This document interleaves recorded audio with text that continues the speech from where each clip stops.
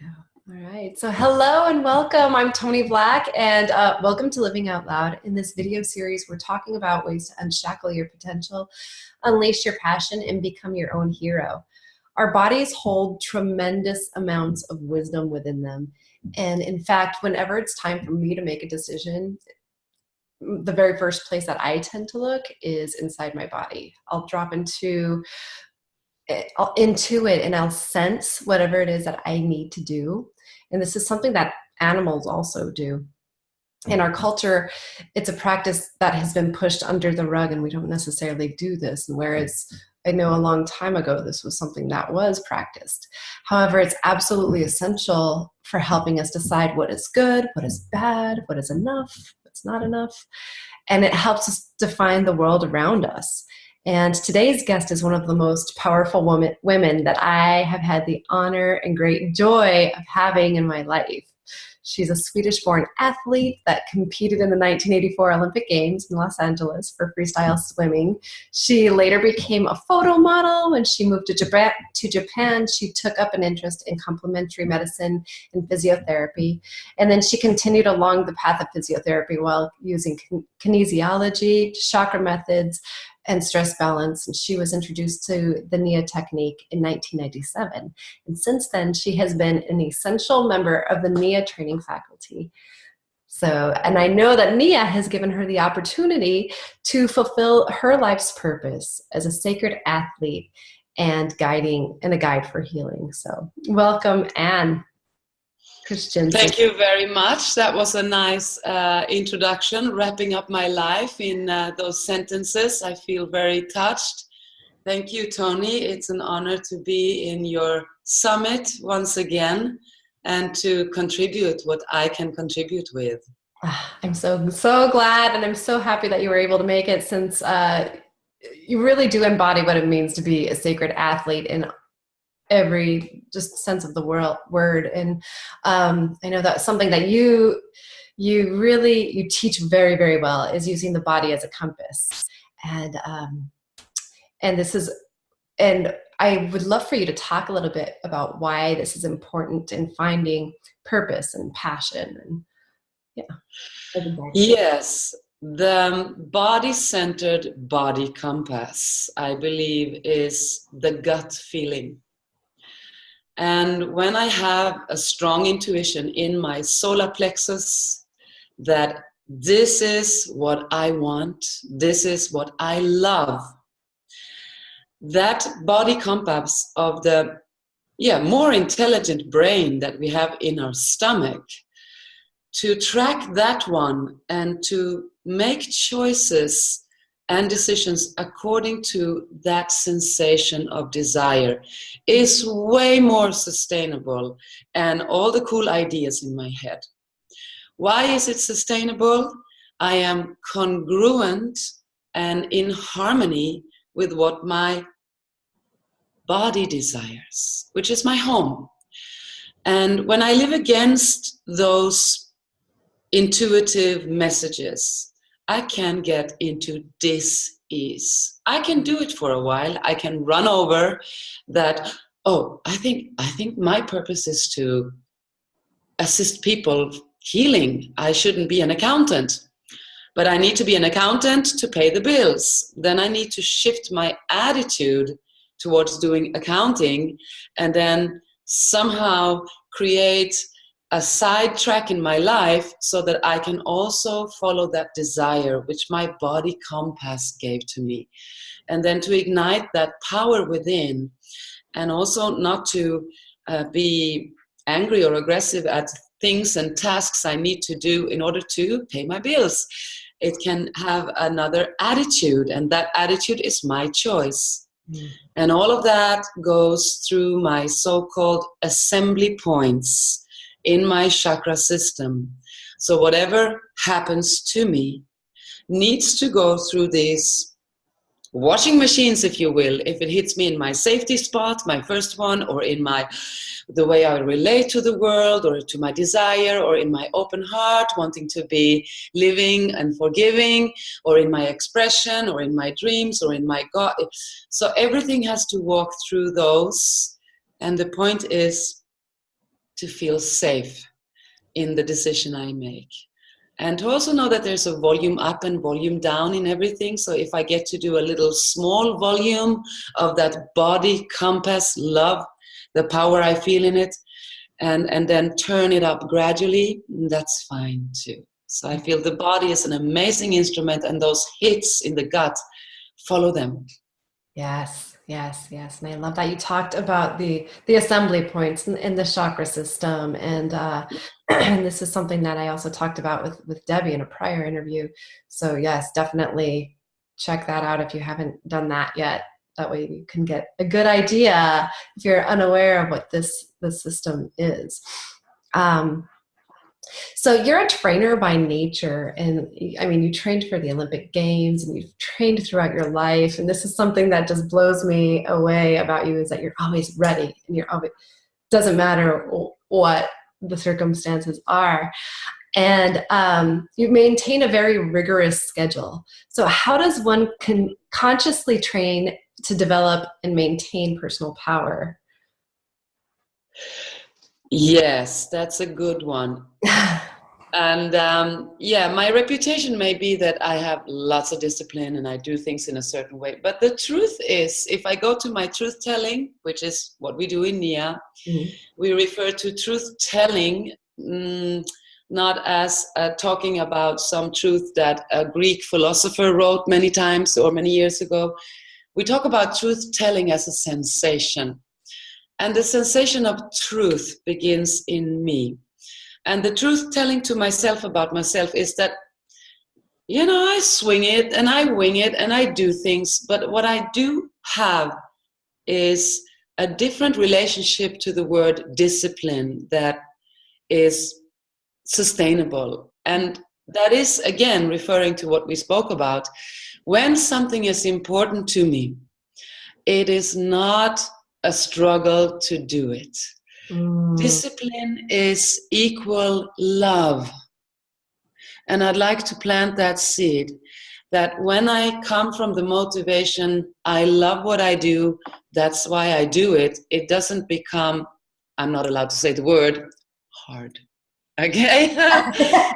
And the attitude towards the schedule, and if I want to achieve something, I want to achieve a change in my life and be in a place of personal power when it comes to my relationship with food, with colleagues, with movement, with how I treat my belongings or anything.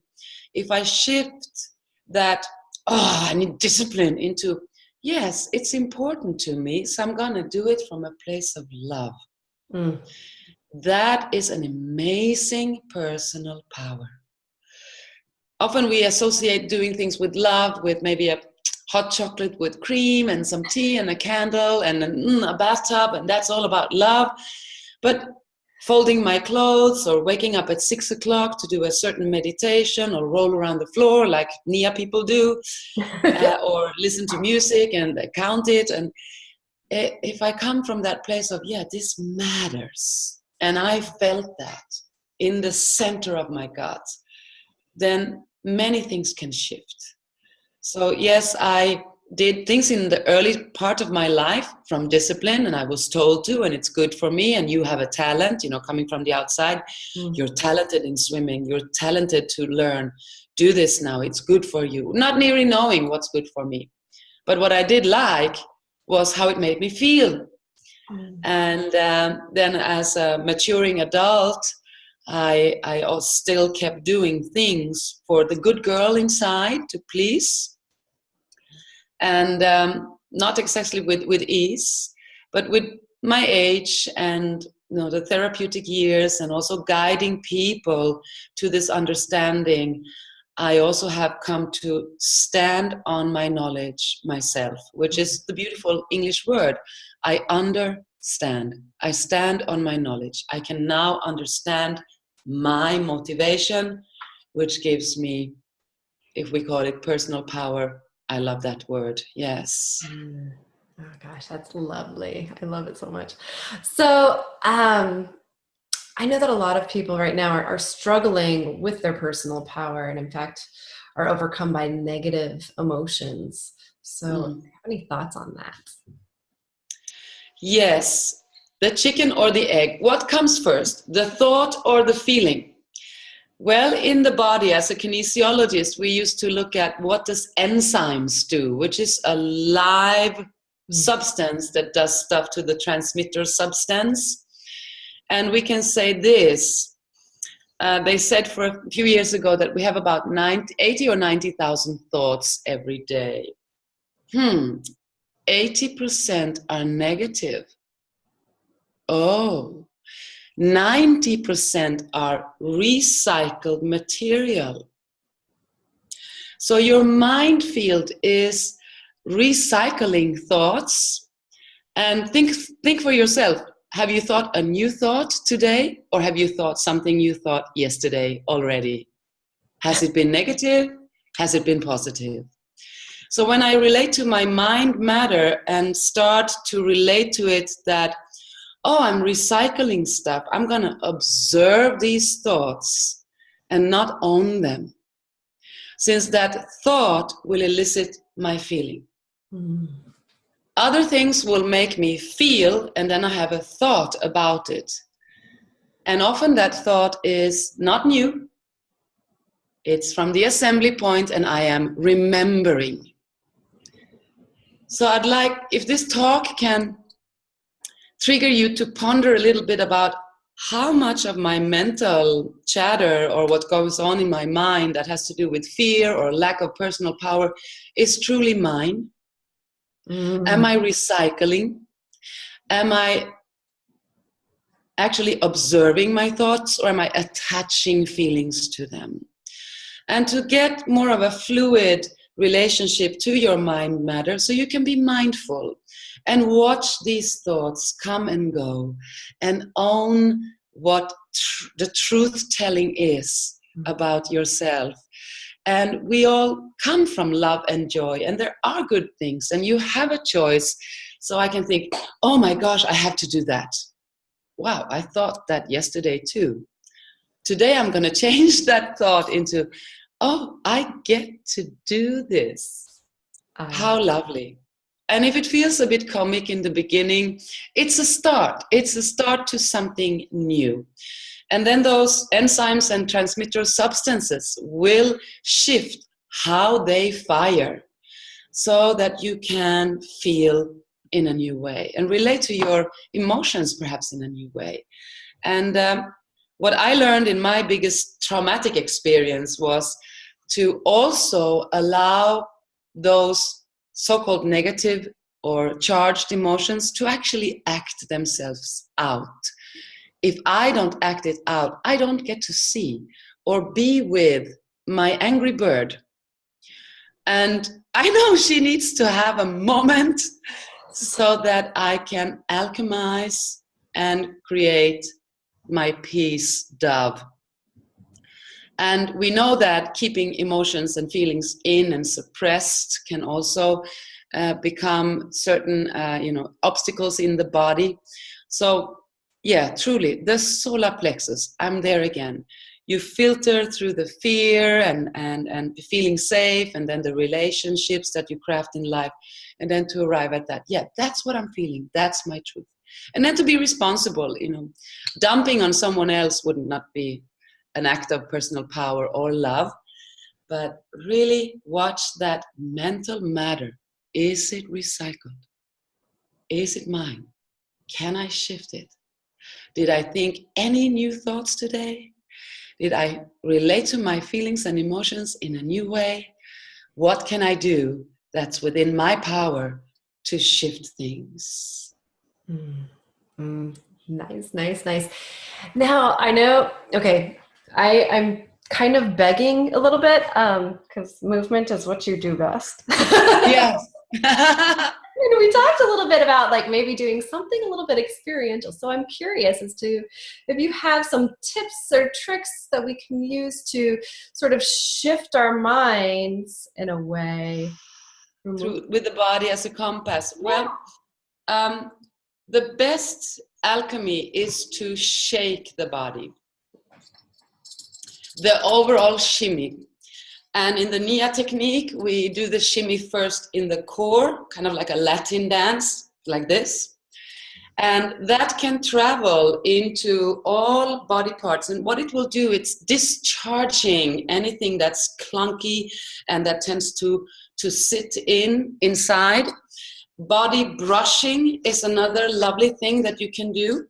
It will also symbolize sort of a cleanse. You can touch on the fabric or on naked skin, or airbrushing if you're in a public space, just, you know, fiddle around the body. So I think the shimmy, the airbrushing, if it's an okay thing to do, even holding your hands on your crown chakra and jumping down and landing on your feet rather with a little weight on it, and releasing the jaw as you land.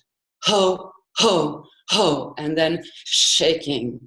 That could be a quick fix to come into a shift in your inside pharmacy.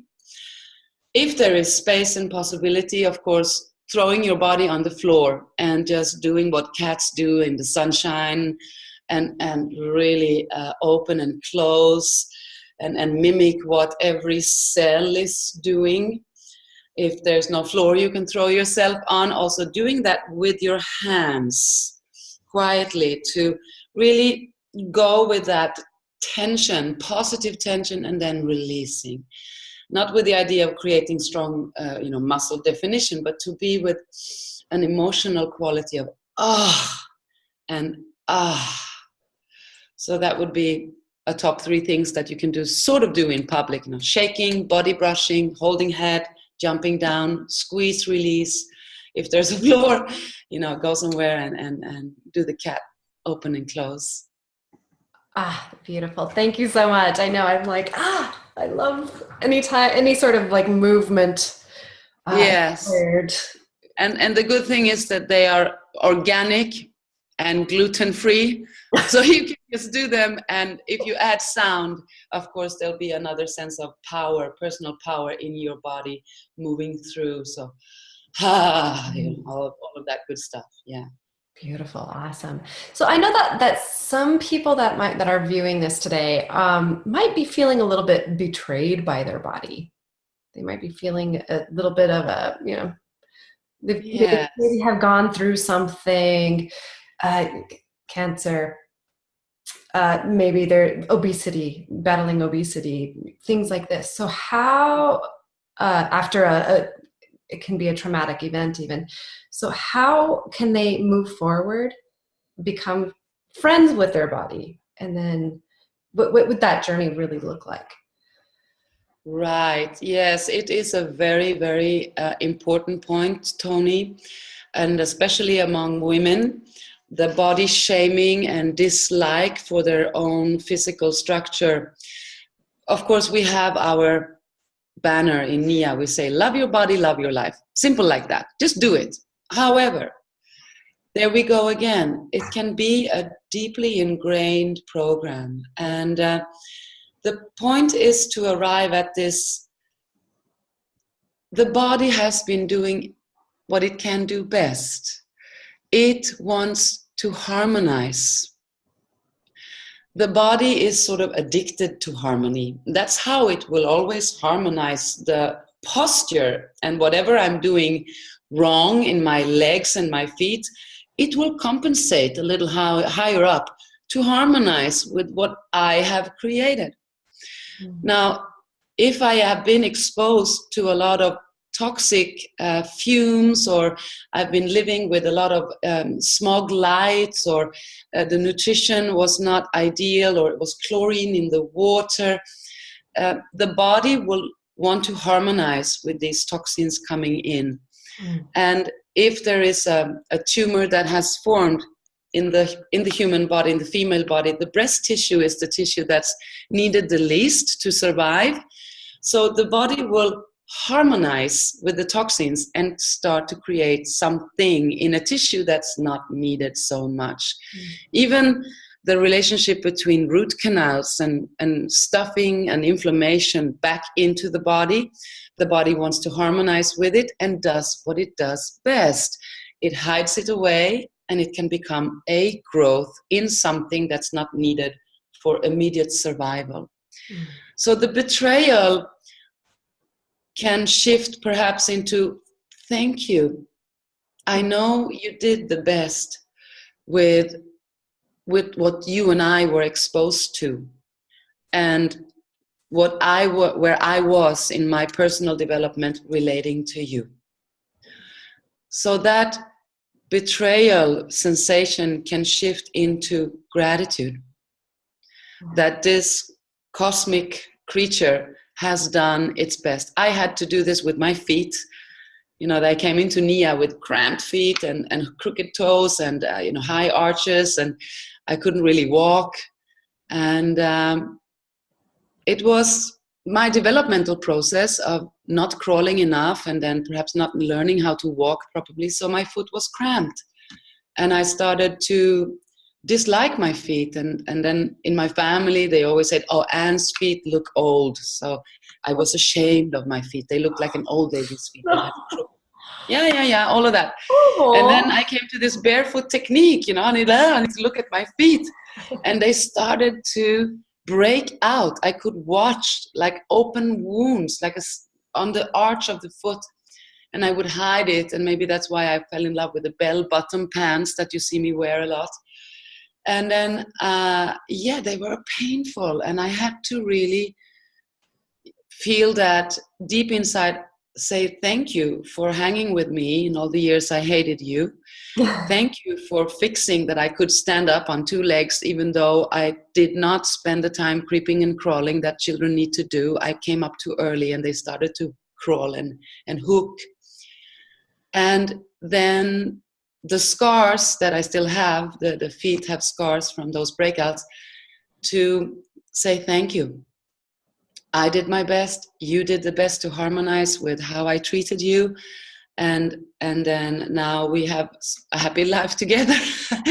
I take care of them. I buy bigger shoes. It's a 39.5. I spread the toes. I'm looking at all my beautiful high heel shoes and I'm wondering who I can recycle them to. It's size 39 if anyone wants some. And so the feeling that my body let me down, my body did the best it could with how I treated it. And when I come into enlightenment and more knowledge, not to bash and bang myself for it. Remember, do not recycle that, but say, oh, shoes, what have I done? Thank you, I did my best at that time with that knowledge. And then begin to shift the chemistry inside and that feeling. And we know that miraculous things can happen when gratitude is present. We know that. So even in those moments of great, great despair, to know that there is something in it for my soul's journey to connect to on the bigger plane. And yes, nurturing yourself with listening to women like us talking about it is, of course, a step towards healing and knowing that you are most likely not alone. Oh, yeah, absolutely. Not alone. Thank you so much for talking about that. That's, I know, huge. And I know it's on a lot of our minds. So, and gratitude. It's a recycled thought. I'm so lonely. I'm so lonely. Do you feel alone? Yes. I love you. Oh my goodness. So is there anything that you'd like to leave us with before we go today? Yes, I would love to, the sense of I have a choice. I have a choice. How I can relate to that part of my life, that part of my body, this part of my day. And then that this myth of discipline being something that we need a coach for with a little something that blows, a whistle, that it's really me tapping into the greatest source, which is love. It's important to me, so I do it with love. And let love be your coach. Yeah. Why not? Exactly. Not fear. Yeah. Thank you so much, Anne. It's been so fabulous having you on here again, and I'll probably ask you again and again and again to join us. Yeah, thank you, Tony. And I'm so happy that you are unleashing this power, which I know comes from your black belt experience, and you have the perfect name for it. Your name is Tony Black, and I'm a big fan. And I know you live now in my old home country, Japan, that I loved living in for 5 years. Yeah. And I love the phrase of saying goodbye with kiyotsukete. Put your chi on, chi otsukete. Put your chi on and take care. So, kiyotsukete kudasai. Kiyotsukete kudasai. Kudasai, bitteschön. Here you are. You know the polite phrase. Tony-san. Hi. So I say thank you, and have a wonderful summit with all of the beautiful speakers, and I'll see you next time. Thank you. Thank you also to all of you viewers for checking this out. I know this is our last day of the summit, but don't forget to check out all of the other videos that are also part of it. So thank you, Anne. Thank you. All right. Enjoy.